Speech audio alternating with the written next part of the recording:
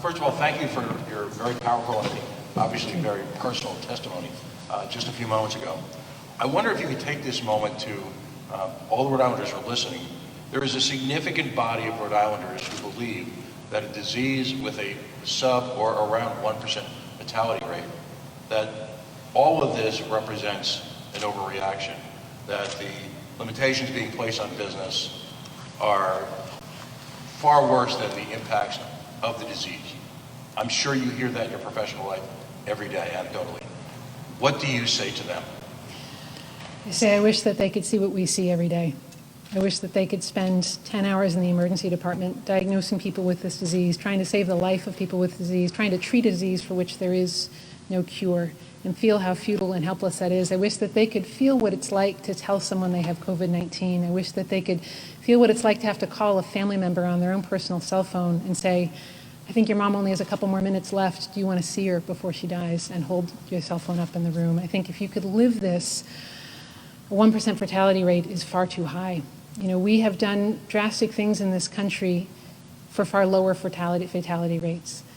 I know that this is a big sacrifice for all of us, but it's a short-term sacrifice for massive amounts of good for our population. So I think we have to think about this in terms of not just the personal risk to ourselves, but what risk are we putting everybody else around us at? What risk are we putting our grandparents at? What risk are we putting our neighbors at? What risk are we putting the checker in the supermarket at, or our kid's teacher at? You know, we have to think beyond our own selves and think about all the people this is affecting. I think one of the things that we found in the emergency department is that, you know, many of the patients when they first come in may not have known somebody who has died of COVID-19 yet. All of us do.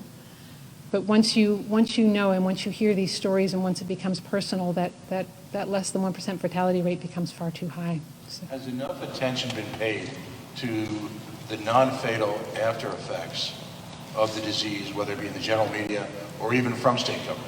That's a great question, and I would say absolutely not enough yet. What we are seeing is that some people do have mild disease and recover fairly quickly and make a full recovery within weeks to months, but there is a growing body of evidence around this post-viral syndrome, and we don't know enough about it yet. We've all seen a lot of effects from COVID, people having strokes, people having blood clots, people having a lot of after effects of the disease, and this chronic pain and chronic fatigue and chronic trouble breathing that's really debilitating a big segment of our population, people who were previously healthy and young people. So I don't think that word is out there enough yet either. I think a lot of people think, oh, it's sort of like having the flu and then you get better. This is not the flu.